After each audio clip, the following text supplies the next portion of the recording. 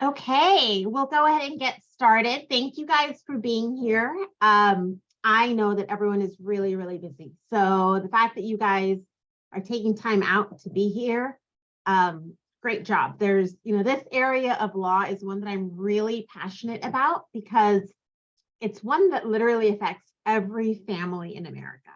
And it's one that I think we know so little about. And I think there's a bit of a failing when it comes to lawyers and educators for not better educating us on how estate planning works. And that's why I like to actually do these because I think it's really important. I think we make better decisions when we know what options we have and we come from a place of having that education. So today is about being an empowered parent. It's about knowing the right decisions to make for your family, about how to protect your children. I say it's having the law work for you. If you know the law and you know what your options are, you can make it work for you and benefit you and your family. And then how do we use that to leave an intentional legacy? And at any point, by the way, guys, if you all want to use the chat feature, feel free to.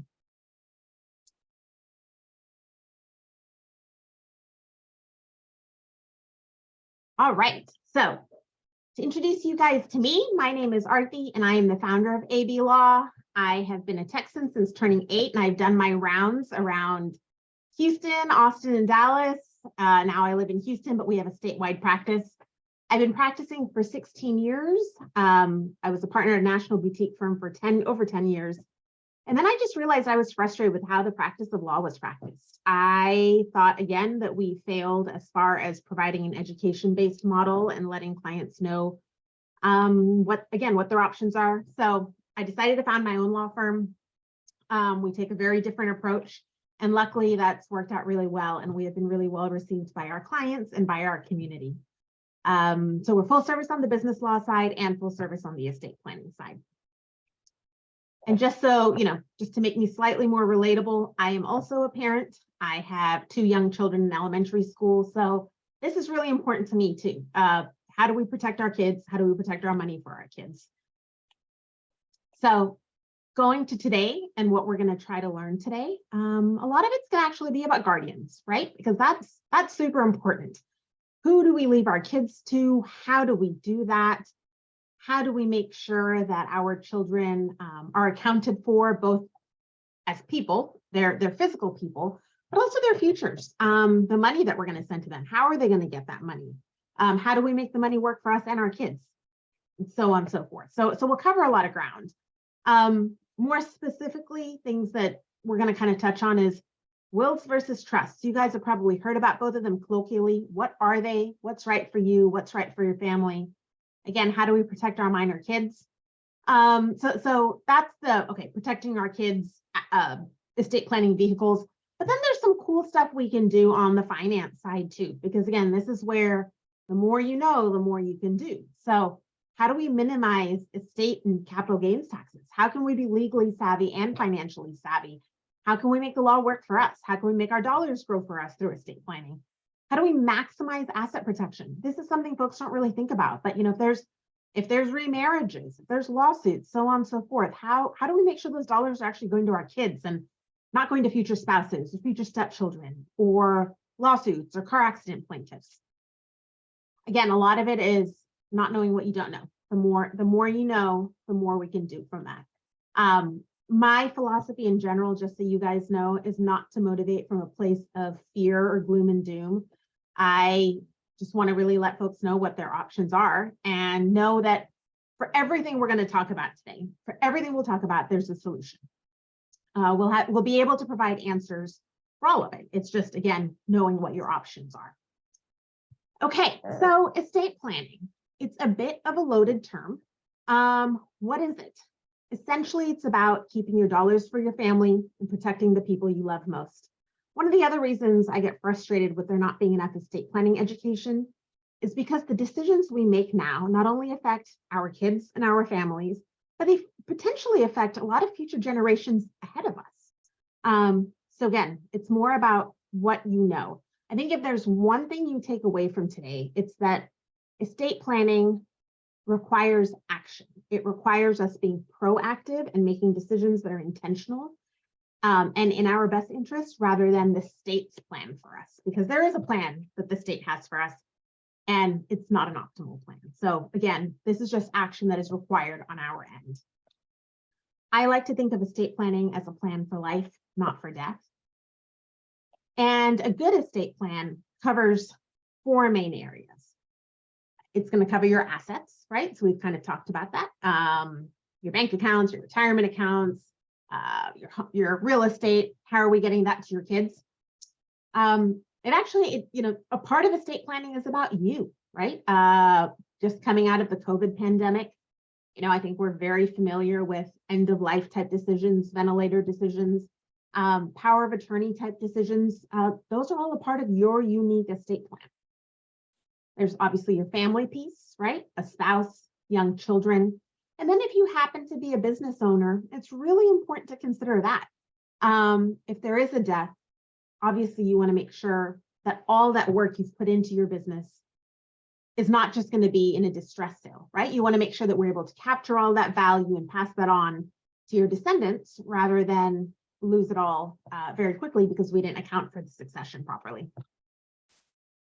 All right. This seems like an obvious question, but it's an important one. Do you have loved ones that you want to protect from court and conflict? Again, the fact that you're here, the answer is probably yes. But if the answer to this is yes, it also means, again, you need to do estate planning. Going back to what I think the one big takeaway today is estate planning requires intentional action. It requires you to do something to take care of your kids and your assets. And again, we're going to talk about all of that. Okay, so today what we're really going to talk about is how estate planning can protect your family, right? We're going to make this a little bit personal to you. And the way that we're going to do this is we're going to use some hypotheticals. We're going to talk about this family named the Smith family. And the trigger warning here is that the Smith family, unfortunately, just has awful luck, okay? Because clearly we're talking about estate planning. So they don't have great luck.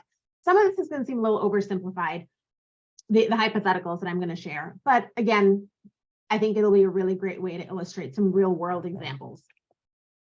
So we first meet the Smith family, okay? So the Smith family looks like possibly like your family. There's the husband, John, mom, Samantha, John, who's 5, and Allison, that's 2, right? So 2 parents and 2 young kids. And like most of our families, the Smith family has parents that need to go to work. So the dad needs to take a trip, needs to get on a plane and fly out west. The mom has a business meeting to go to, so they call their favorite babysitter, right? So this wonderful babysitter that the kids love comes over and the 2 parents leave because they need to get to work. Okay, so dad gets on a plane and mom Samantha is headed to her work meeting and she realizes, oh, my meeting actually got delayed. I will now take some time to go to the gym. So she goes to the gym. She sticks her purse in the lockers. She starts working out. Her head really starts hurting. She has an unpredictable medical event. She passes out. She dies, right? At this point, the babysitter is trying to get a hold of her because dad is out of town. Mom has gotten injured and passed away at the gym. The babysitter can't get a hold of anyone. Just think for a second what you think this babysitter may do. And if you want, you can throw your answer in the chat of what you think this babysitter might do.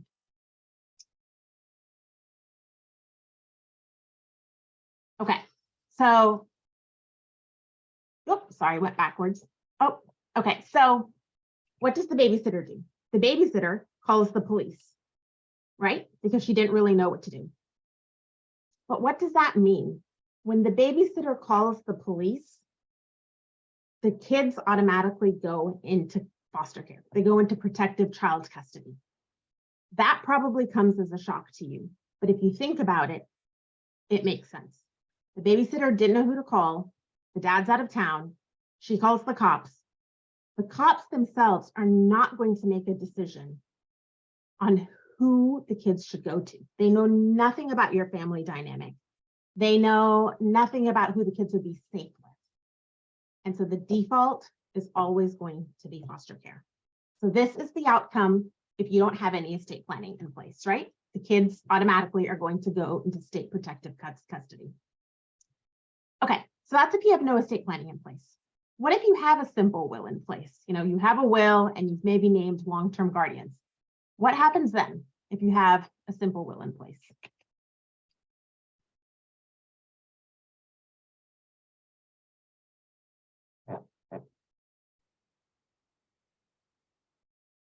Okay, so if you have a simple will in place, surprisingly, the outcome is exactly the same. The babysitter leaves and the kids still go into protective custody. Okay, that might surprise you that it's that way.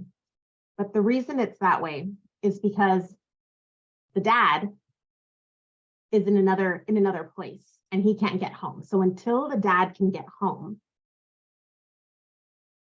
the cops, the first responders are not going to decide who gets to keep your kids. So protective custody or foster care is going to keep your kids until dad can get home. So let's sit with this for a second. Foster care is the default, okay? If you have no plan at all, foster care will be the default until a judge decides who your kids will go to, okay? Even if you have a plan and you have long-term guardians, until those long-term guardians can get to your children, your kids will still go to foster care. And that's because, again, a first responder or a cop is not going to decide where your kids are going to go. Another way for this to play out, forget about a parent being in another city. Another way that this could play out is if you two are on a date night. So you two are on a date night and you get in a car accident. And you may have named a long-term guardian, you may not have, but if you do name a long-term guardian and they live in another city or another state, the kids still go to foster care. So what's the solution here? The solution here is something called emergency guardians. Guardianship, this is one of our lessons today. Guardianship is equally about what happens in an emergency as it is about who raises your kids if you can't. If we name emergency guardians, we'll have guardians who help cover that period of time if there is an emergency before our long-term guardians can come in. And this is a unique offering that we've built in at our law firm for all of our plans that have young children. So what we do is we have caregiver instructions and babysitter instructions. So all of our clients have those for any caregivers, any babysitters. It's very clear who should get that first phone call as a short-term guardian and who you have appointed as a short-term guardian. And we also have wallet cards that go in your wallet. And we know first responders are accustomed to checking wallets. And when they do that, they realize these are the people that have been given authority to act in a short-term guardian or an emergency guardian capacity until long-term guardians can arrive and actually take full possession of the child. So again, emergency guardians, who are they? They're people who live within 30 minutes of you, people who can keep your kids out of protective custody, right? So it can be neighbors, it can be a school teacher, it can be a friend who lives in your neighborhood. I usually will say, have it be someone who lives within 30 minutes of you, who can get that first phone call. We usually name 1 and 2 backups, and they can take care of your kids until dad comes home from a trip, or your actual guardians from another city or another state can arrive in time. So what does that situation look like if we actually have a short-term guardian? The babysitter now calls the short-term guardian. The short-term guardian arrives. The short-term guardian actually gets to stay with the children until dad makes it home from his trip. Again, not a completely perfect outcome. Mom is still gone, but a slightly more comfortable ending because now the kids have actually been able to stay out of the system and are able to reunite with their dad. Okay, so since we are now talking since we're talking about estate planning, things are about to take a bit more of a deep turn. But again, just remember, all for illustrative purposes to understand how these things work. Okay, so what we've covered so far is the importance of having emergency guardians, right?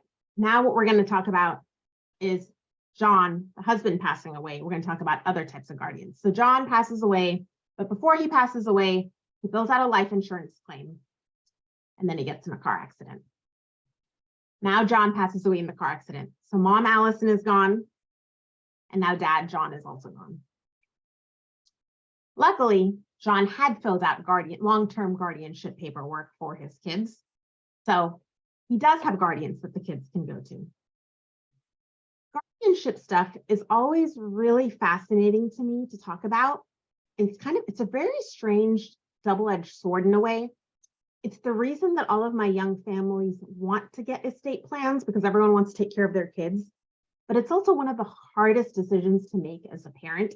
So it's also the reason that most people put it off. And I'm guessing that some of you can identify with that. It's the hardest part to figure out. And so it's just easy to put estate planning on the back burner. There's a couple of things I will say about that. The first is any decision you make on who your kids go to, well, it's never going to be the same as you. I think we can probably all agree that we are going to be the best caretakers for our children. That's probably what makes it so hard, because no one else is perhaps a perfect fit, right? So there's that. We're obviously talking about disaster planning here, right? So we have to go in that mode and we have to make these decisions. Something that's really important to remember is the decision that we make is going to always be a better choice and a better decision than the choice that a judge makes. Because if we don't decide who our kids' guardians are going to be, a judge will decide. And many times it's not who we want. We may not have that relationship with our sibling. It may not make sense for that child to go into our sibling's home. There may be people that we absolutely do not want our kids to go to, right? Unless we take the time to document that, a judge just is not going to have that understanding of our relationships and our dynamics within our family. Something else I also say at our firm is, well, we have a whole process and a worksheet to basically go through to help identify who may be the best guardian. Many times people will think, oh, well, I have this sibling that lives in New Jersey or in California, but they live in a really small condo and there's not going to be enough room for my 2 or 3 kids. My kids are crazy and so on, right? Many times I say, take that out of the equation. Take out the small living quarters, take out the fact that they may not be financially equipped to take on 2 or 3 more children. Remove all of that from the equation, because you are going to be conveying your assets along with your children, and those assets will be able to provide for your children. So when you name guardians, those guardians will also be getting financial resources to help take care of your kids. And if that means they have to move into a bigger place, they'll be able to do that to provide for your children. If that means that they'll have access to money to be able to make different decisions in their lives, they'll do that. So usually I say take the financial piece out. And really the best way to think about this is some of the points that I have up here. Who is probably the most value aligned with you? What kind of home would you want your kid raised in? Who maybe shares that same sense of calmness, your same spiritual beliefs, same outlooks on life. Sometimes it does come down to location. You may not want to relocate your children. You may want them to stay in the city that they're in or at the school that they're in. And so then, we have to kind of brainstorm what our options are there. And so that's definitely a full process that we can go through and a conversation that we can have. But obviously this is one of the hardest pieces to do. One of the last things I'll say on this piece that makes it sometimes a little bit easier to digest is with all of our plans, we do complimentary 3-year check-ins. And so sometimes I'll tell folks, if it's really hard to think about who you want the guardian for your children to be forever and ever, break it down into 3-year chunks. Think about who do you want your guardian for your children to be for the next 3 years. And then when we approach that 3-year mark, who would it be for the next 3 years after, and so on and so forth. And sometimes that can really help, right? You might have an older parent right now who is in their 60s, and maybe they are the best guardians now, but they may not be the best guardians in the next 7 to 10 years. That's certainly the scenario that I'm in. And if that's the case, then you can name those parents as guardians now, but be prepared to update them in the future. And sometimes that just makes it a little bit easier to think about in digestible chunks. But again, it's definitely one of the most important pieces and a conversation that certainly should be had and that I'm happy to have with any of you at any time, because I know how important that is as a parent to make peace with that piece of the puzzle. Okay, so let's go back to our family now. Here, the children move in with the guardians because John did some great planning, right? So now the kids are well adjusted into their new home. So let's take stock of where we are. We've talked about emergency guardians and why those are really important to keep kids out of the system in the home or with people that they know. Now we've talked about long-term guardians, why those are really important, some tools that we have to be able to figure out who the best person is for that period of our lives right now. Something we haven't talked about yet, now we're going to transition, is now that we figured out the guardianship stuff, what about the asset stuff? What about the dollars? How do our kids get those dollars? How are we leaving that money to them? How are they going to get that money? In what form? How will it be designed, right? Okay, so we're going to work through a few scenarios. The first is the kids inheriting immediately, okay? This is the default. If we do absolutely no estate planning, the default is that as soon as our kids turn 18, they get all the money that we have directly into their bank accounts. Okay, so you can see 18-year-old Allison here and 20-year-old John here, right? Spend a lot of money on what 18 and 20-year-olds would spend money on. I'll be really honest and say that when I was 18, if I even had $100,000 in the bank as an inheritance, I would have made some pretty different life choices myself. So anyways, so if we do nothing at all, our kids get all of our money completely outright. There's no protection on this money. It's in their bank accounts for them to spend, but also for, for everyone else to be able to access to, right? If there's a car accident, if there's a lawsuit, if there's any kind of judgment, if there's a marriage and then a divorce, all of that money is fair game. Okay, so that's what that looks like. Probate. You guys have probably heard the term probate before. What is that? Probate is a court process which distributes assets after a person has passed away, okay? And this is an illustration of what that process looks like.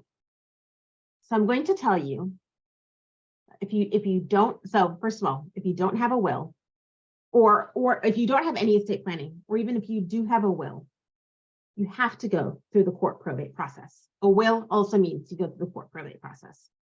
What does that mean? A court probate process is designed primarily for two reasons, and looking at this chart is exhausting, so I'm just going to really highlight the two big reasons. The first is that a lot of Americans have creditors, and so it's a blanket process to be able to notify creditors that, hey, this person has passed away, and this is your chance to stake a claim on the assets of their estate before they're distributed to other people. Because of the nature of that, because they have to notify creditors and creditors have to be able to see what is in the estate, probate is completely public. What does that mean?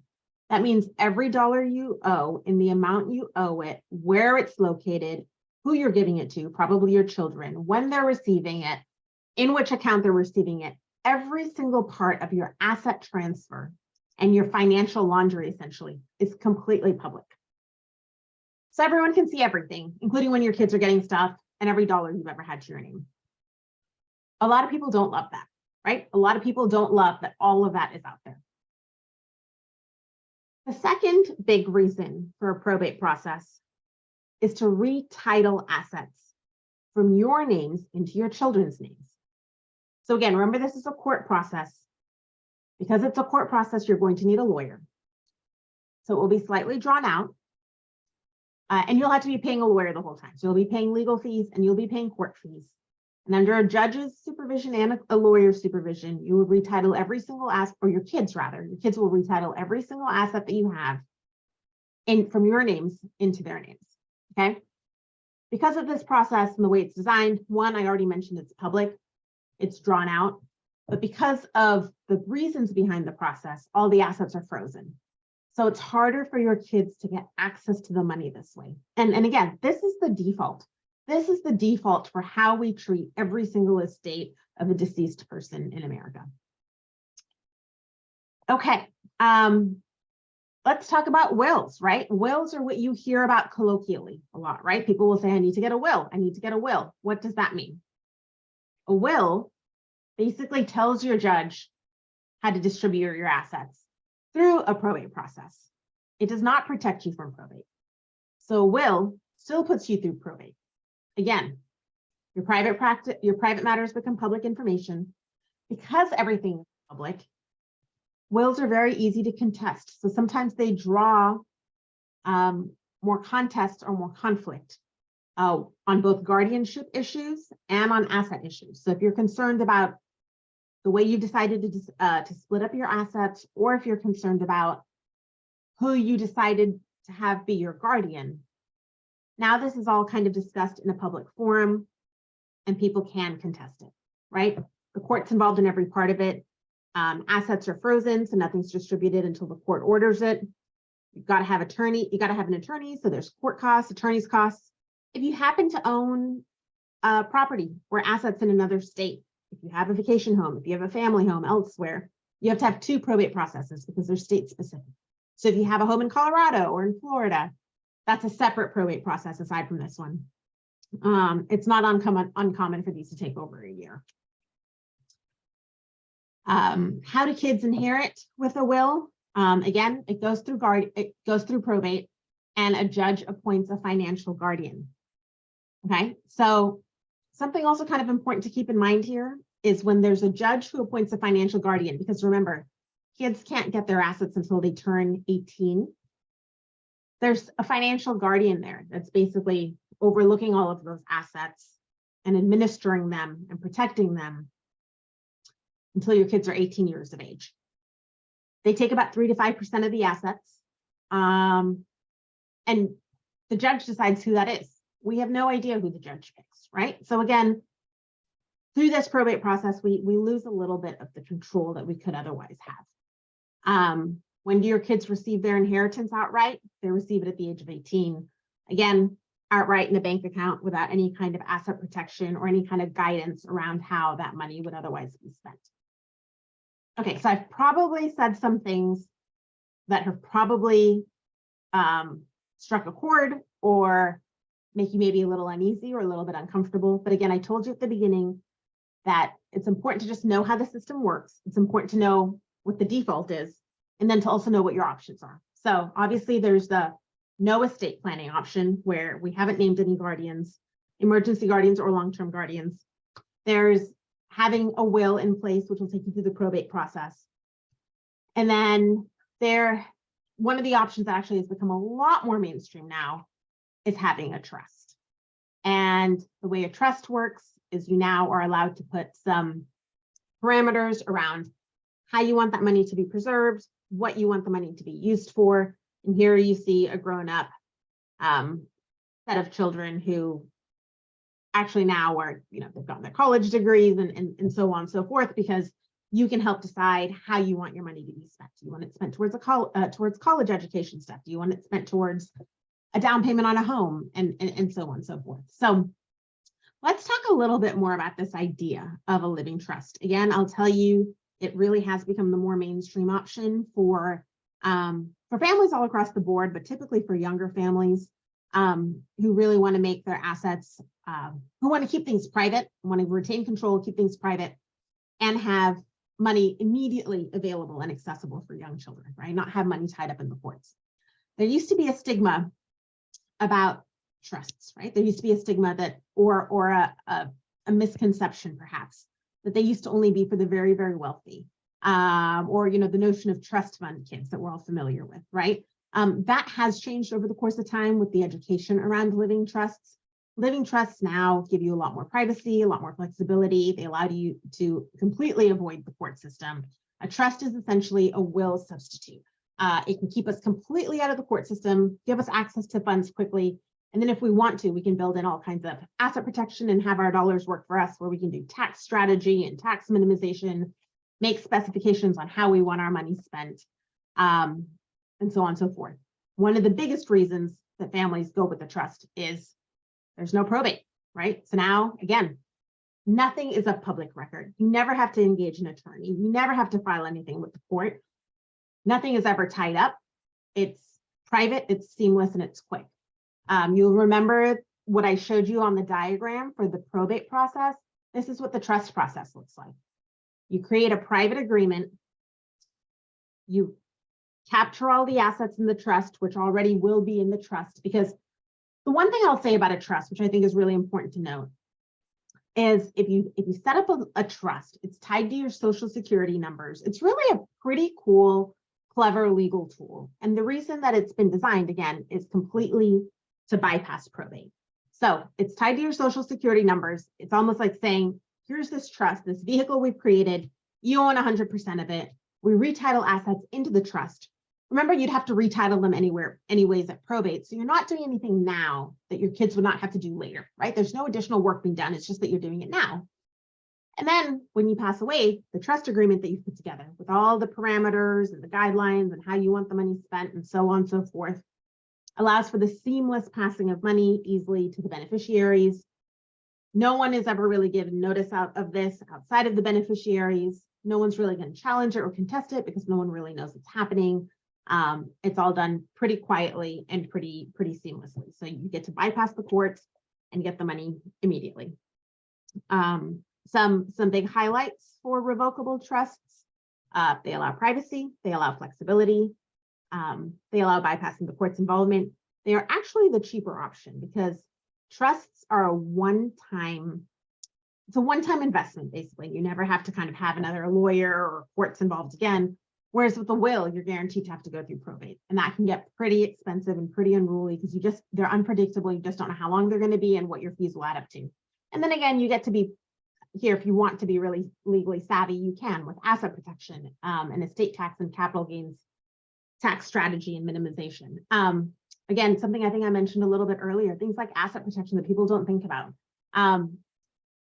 If you pass away when you're young and your spouse decides to get remarried, which could very well happen, if your spouse predeceases their next spouse, right? So if you're a woman, you're married to a man, you pass away, your husband gets remarried, has a second wife.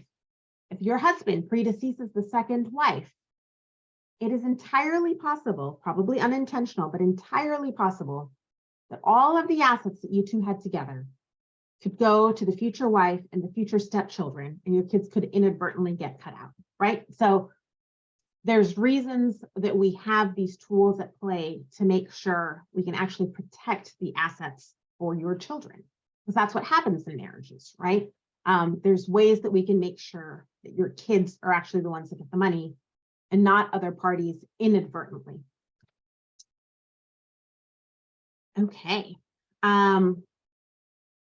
This is just quickly how a trust works. You retitle your assets and put them in the trust. That's actually, again, not really doing anything that you wouldn't do through probate anyways. You change some beneficiary designations on retirement plans and life insurance. That's pretty straightforward. And then the trust assets are immediately available. There's no court required there. All right, so let's talk about a few other things now. So now we've talked about guardianship, and we've talked about assets and how you can get a better hold around guardianship issues with the emergency guardians and the long-term guardians. And we've talked about different ways that you can explore transferring your assets to your kids, right? There's the wills, there's the trusts, just really what's important to you, what you value. But okay, what about incapacity, right? I usually say about 90% of estate planning is what you're leaving for your family, but the other 10% is about you. And this is what we touched on briefly earlier. If you get incapacitated, and the easiest way to think about that is like a coma. What documents do you have in place to protect you? With all of our wills and trust packages, we put together a financial power of attorney, because those people are the ones that will make sure your lights stay turned on, your mortgage is paid, your bills are paid. Just someone you would really trust to get into your bank accounts and be able to step into your shoes for your finances. We'll prepare a healthcare power of attorney, also pretty important. This is the person that speaks at your bedside. And then a health directive and living wills. Again, in the world of COVID, how do you feel about life support? How do you feel about just end of life type decisions, organ donation, so on and so forth? Those are the kinds of things that we touch on and we make sure are captured, because these, again, are all related to incapacity rather than to what happens after the fact. Okay, so let's summarize some of the things we talked about today, and then I'd be happy to take some questions here at the end. A couple of big lessons, a couple of big takeaways, right? The first lesson, who's taking care of your kids if you don't make it home this weekend, right? If you go out on a date night, you take a trip, what's happening to those kids? Guardianship is equally about what happens in an emergency as it is about who raises your children in the long term. I'm pretty passionate about this. I'm a huge advocate of keeping kids out of protective custody, especially when this much is actually happening. It does happen. Like I said, it is the default. And that's why our firm, I think there's only one other attorney in Houston that does it. We have the emergency guardians and the long-term guardians. We have the wallet cards. We have the caregiver and the babysitter instructions. And we actually create minor powers of attorneys too, because if something were to happen to you guys, your kids need medical attention, how do we make sure that they're accounted for? All right, lesson number 2, really kind of understanding wills versus trusts. Wills don't avoid probate. They can be long, they are public, they're costly. That actually does not really bother some people, and that's fine. That's fine that it doesn't bother you, but I feel like my job is to let you just know what your options are and to feel educated on what your options are. Because again, colloquially, you'll hear a lot about wills, but it's just important to know how that plays out and what that means. Again, a lot of younger families are opting for living trusts because they bypass the court process and they allow for privacy, immediate access, and for control. Okay. This slide is more about just being really intentional about what you want your estate planning conversation and documents to look like. It's asking the hard questions and making sure that they actually meet the needs of your family and they meet the needs for you, right? Will they capture all of your assets? One of the things I don't think I actually touched on yet, but there's 2 really quick ways to lose money under an estate plan. The first is just truly not knowing what assets are within someone's ownership, right? I mean, if you think about your parents, I know, at least when I think about my parents, before I did this for them, I had no idea what they owned, right? There's random CDs in different places, random bank accounts. If you just don't have a sense of all the assets that are in someone's estate, if you think about your kids doing this for you, 30 to 40 years from now, if they don't know what assets you have, the automatic default, again, surprise, surprise, is that they go to the state, they go to the Texas Department of Unclaimed Property. And that's actually $6 billion in Texas, right? So you really want to think about how are you going to capture all of those assets and keep those in your plan.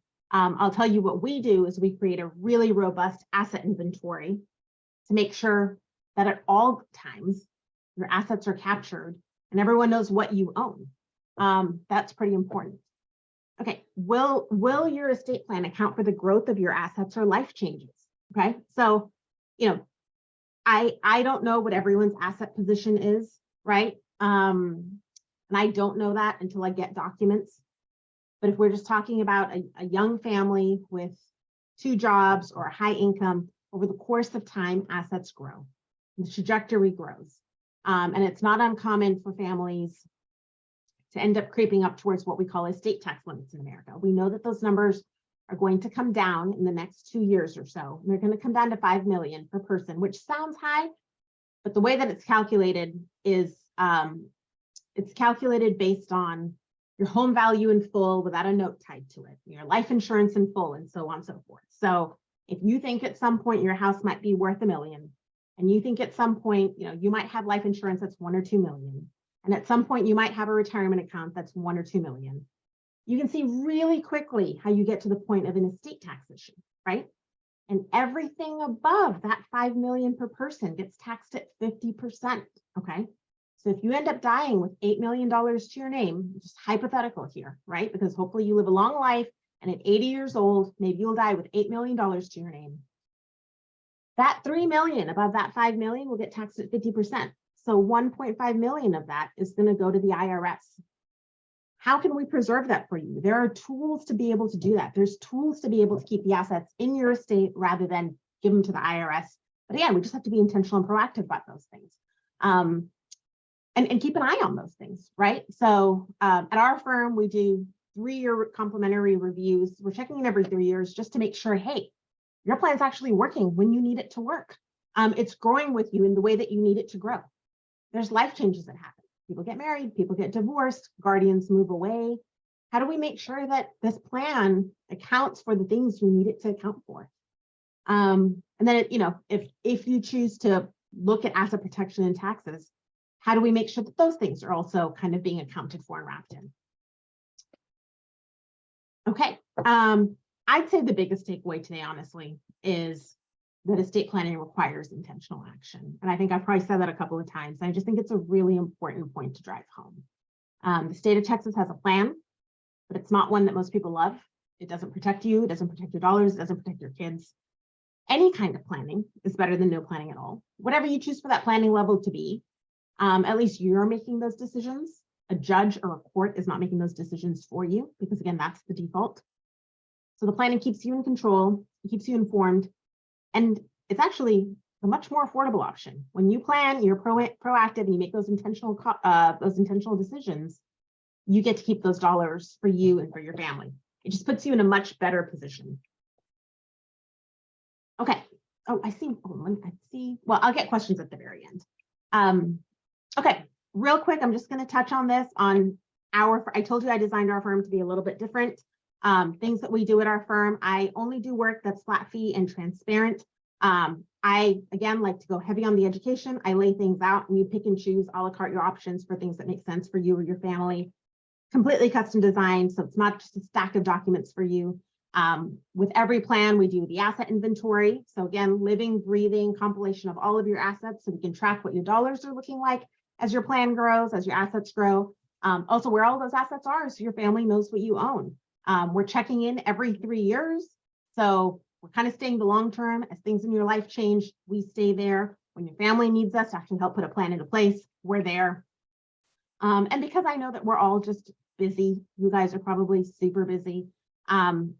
We have this down to a science where we send a notary to your home and you can do all of this from not even having to leave your house. So we're very, very belt and suspenders in our approach because we've been doing this long enough to really know where the loopholes are with traditional estate planning. If you don't keep a plan updated, if you make a plan now and it's just not updated and not kept in check, or you're just not checking in to make sure that it's actually going to be of service to you when you need it, you might as well just be throwing your money away, because at that point, it's just, if it's not going to meet you where you are at that point, then many times it just gets thrown out. All right. Because I said I'd be transparent with you, again, there's absolutely no obligation for any of you to have to reach out to me. I do this because I think the education is important. But I put this out there because if you're feeling like, hey, she said something today that resonated with us, we actually need to get this done. If you're thinking that this is something you need to get done, I like to be transparent on my cost structure too. Our wills plans start in the 2000s, our trust plans start in the 4000s. Again, that includes all the guardianship documents, all the power of attorney documents, the 3-year check-ins, the asset inventories, everything we've talked about. It's really a one-time investment that you're making to kind of, again, stay in control of your planning. The plans start in the 4000s, but if you decide you want to do lots of special advanced tax planning or special advanced asset protection, it can go into the 8000s. You decide. We lay out your options, you choose. Basic trusts can save many thousands and keep you out of court. Advanced planning options can save you millions. That's really up to you guys what's important. The big message that I really have is that planning is important. And it's something you should really be thinking about, especially if you have young children. The guardianship stuff and how you're going to get them the dollars from you to them. And again, this is really what I think of as a one-time cost. With all of our plans for young children, all of these things are included. So long-term guardians, emergency guardians, wallet cards for first responders, and then powers of attorneys for minor children. And because you guys took the time out today to be here, for anyone that's on this call, I will absolutely commit to a complimentary virtual one-on-one meeting with you, as long as you do a little bit for me. So if that would be of interest to you to really kind of figure out what would make sense for our family and our asset profile. And if you wanted me to spend a little bit of time with you to help outline specific recommendations for what made sense for your specific family and asset profile, I could send you a homework sheet. You could fill it out and I will absolutely take the time no charge to really kind of help you explore options that made sense to your specific scenario. And then for anyone that actually wants a plan at those price points that we talked about, I'm happy to extend a $300 discount. For anyone that's kind of tuned in today and was here, and we have a list of all of your names. So I will absolutely honor that. But that really is the end of my presentation. So I will actually take questions now. All I really like to say is if I said anything that really made you think that, hey, you know, what would happen in our scenario, or what would this mean for my family, or what would this mean for my kids, or if there's anything that piqued your interest or concerned you, definitely reach out, because I would much rather you just understand how all of these moving pieces work for you and your family than not know how that works and be blindsided later. Okay, so with that said, let me look at some of the questions that we have today. Okay, someone asked me if my firm acts as an executor in a trust. We often will act as the attorney for an executor, so we can definitely give you advice on how to do the trust administration. We do that all the time. Okay, someone asked me, we don't take legal insurance, and I laid out what our cost structure looked like. Our trust plans start in the 4,000s. Okay, and then someone else asked, hey, if you start with the will and then transfer over to a trust, can you do that? Yeah, you can absolutely do whatever you want. It's whatever really just makes sense to you. It's whatever just seems logical to you and your family. We do mostly trusts at our firm. That doesn't mean that we don't do wills. We absolutely do them. So it's just, again, whatever really makes sense to you guys. Okay, I will take these. Okay, so if you guys have any questions or want to reach out, please do. Like I said, I will absolutely honor doing a complimentary virtual free session based exactly on your current asset profile and your family profile. I honestly really enjoy doing those, and I enjoy the dialogue and the conversation, and it allows me to be creative because that's what we're doing. We're custom designing for your scenario. So I would be happy to do that. And if you think that, you want to have more of a conversation, these are the best ways to reach me. There's the email, and then there's my Calendly link, where if you just want to directly book some time to talk, I'm happy to do that. Estate planning is not really a one size fits all. It really is a little bit more specific to each family and each asset profile. I don't throw kitchen size solutions or kitchen sink solutions at people. It really needs to be a right size solution.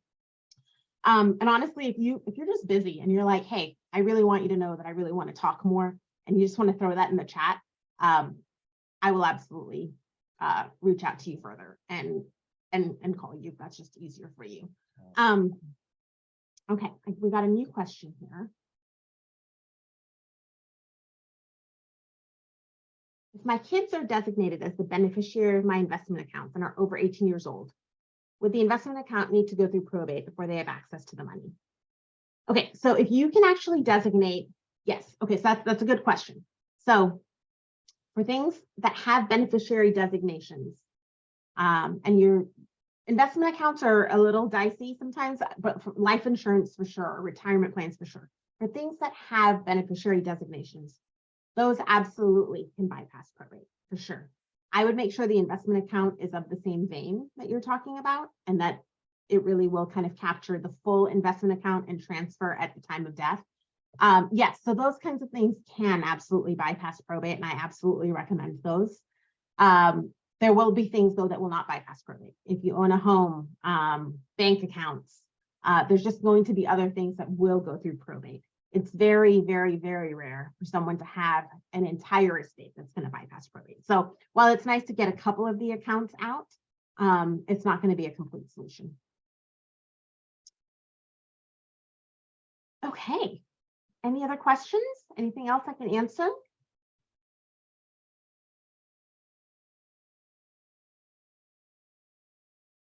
Are U.S. stock brokerage accounts typically set up with beneficiary designations? No. Retirement accounts are usually set up with beneficiary designations. Life insurance policies are set up with beneficiary designations. That is not usually true for bank accounts, investment accounts, brokerage accounts, and so on. Those usually do go through the probate process.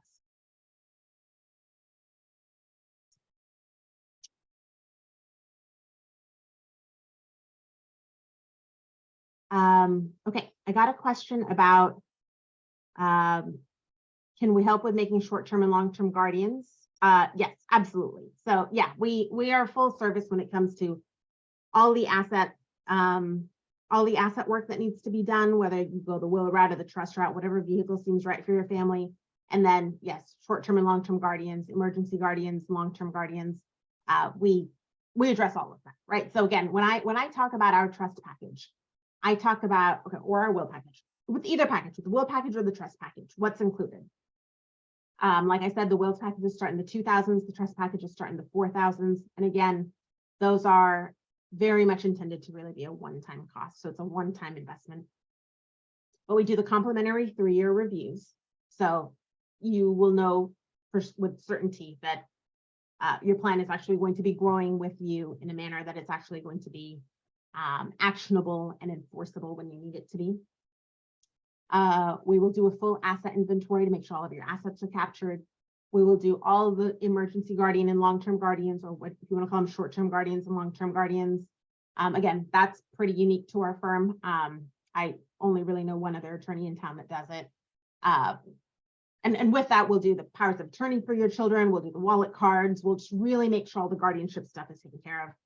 And then for the adults, for a married couple, we will do powers of attorney for the medical for both of you, financial powers of attorney for both of you. We'll do living wills for both of you. And then we'll do HIPAA waiver releases as well. So that's, if there's ever any question about being able to get hands-on medical records, that's what a HIPAA waiver release will do.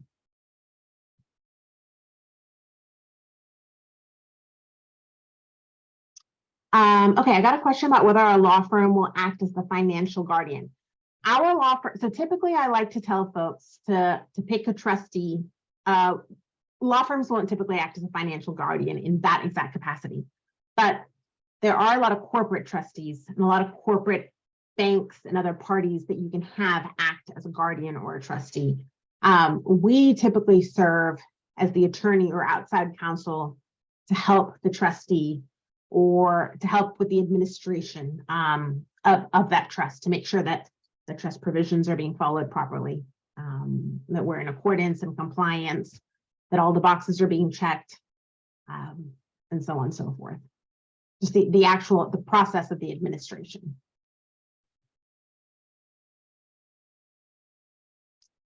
Okay. Well, I am happy to take any more questions if anyone has any more questions. Thank you so much for being here today. I hope that everyone learned something. Like I said, I really do this because I enjoy this and I enjoy the education piece. If anyone wants to have any further conversations, you know how to reach me. I've put it out there. I'd love to have the conversation. And that's, again, just whatever you want that to be, whatever you want that to look like. But again, I hope that everyone got something out of this. So thank you for being here. And I'll stay on for a few extra minutes if anyone has any questions, and we will go from there. And you can always reach out to me again, hello@ab-firm.com, or just book some time on my Calendly if you want to have either. The next session is actually, the best way to do that is have it be a 2-hour session. So I always take the short complimentary calls where we can just talk about anything that may be on your mind or things that you're kind of thinking about or marinating over. But the next step would be what I call our family design session, if that's something that you felt like you needed next, and you were kind of ready to take that action, and that's what I would apply the discount towards. So I would send you some homework. You would complete the homework, so I have a pretty good sense of what your asset and your family profile looks like. I just need big ballpark details. That usually takes about an hour. And then once you are done with that homework, you send it over to me. I spend about 2 hours going over the homework before I ever meet with you. So I can come up with some very specific and thoughtful recommendations based on your exact asset and family profile. And they're all going to look different, right? It's going to depend on just, again, where you are. And I have a pretty good sense after doing this for so long to kind of know what the trajectory is probably going to be and when we may have an estate problem and we're not an estate problem, but just an estate tax issue. And again, how do we keep those dollars in the estate, right? How do we save that money for you guys instead of giving it to the IRS? So that's all a part of the conversation. And so again, the next thing there would just be to have that next session. Okay, well, guys, we have exhausted the hour. So I will sign off for now and we will be in touch. Okay, thanks so much for making it tonight. Have a good evening.